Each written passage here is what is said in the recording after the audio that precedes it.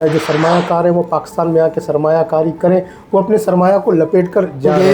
امداد علی رند صاحب سے جو کہ ایک کامیاب بزنس مین ہے، ہماری سوچ یہ ہے کہ ہم باہر سے بہتر ہے اپنے ملک میں بادشاہی طریقے سے رہے سے چائنیز جو انویسٹر ہیں جنہوں نے پاکستان میں اور خاص کر بلوچستان میں آ کر انویسٹمنٹ کرنے کے لیے لیگل کاروبار کے حوالے سے آپ کیا سمجھتے ہیں کس طرح کے چیلنجز کا سامنا ہے؟ جہاں اتنے چیک پوسٹ ہیں، F C, levies, police, coast guard, جو کہ لیگل ٹریڈ کو بھی گھنٹوں گھنٹوں جو ہے ان سارے سیکورٹی کی خدشات کی وجہ سے سارے پوسٹوں پہ روکا جاتا ہے۔ تو میں یہ چاہتا ہوں گورنمنٹ کو، صوبائی اور فیڈرل کو، وہ اس پہ ان روڈز انفراسٹرکچر پر توجہ دے۔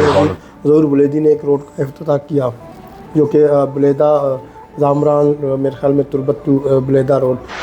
جو لیگل ٹریڈ ہے وہ جو ہے لانگ ٹرم ہے اور وہ جو ہے ایک کامیابی کی طرف ہے۔ آپ جو انلیگل ٹریڈ ہے وہ اس وقت تو معاشی حوالے سے ہمارے لوگوں کے پاس اور کوئی ذرائع نہیں ہے تو اس میں انوالو ہے، تو وہ جو ہے شارٹ ٹرم ہے۔ کبھی بھی میں جو ہے گورنمنٹ کو تجویز کرتا ہوں کہ وہ بارڈر ایریاز میں اکنامک زون یا ٹریڈ زون بنائیں۔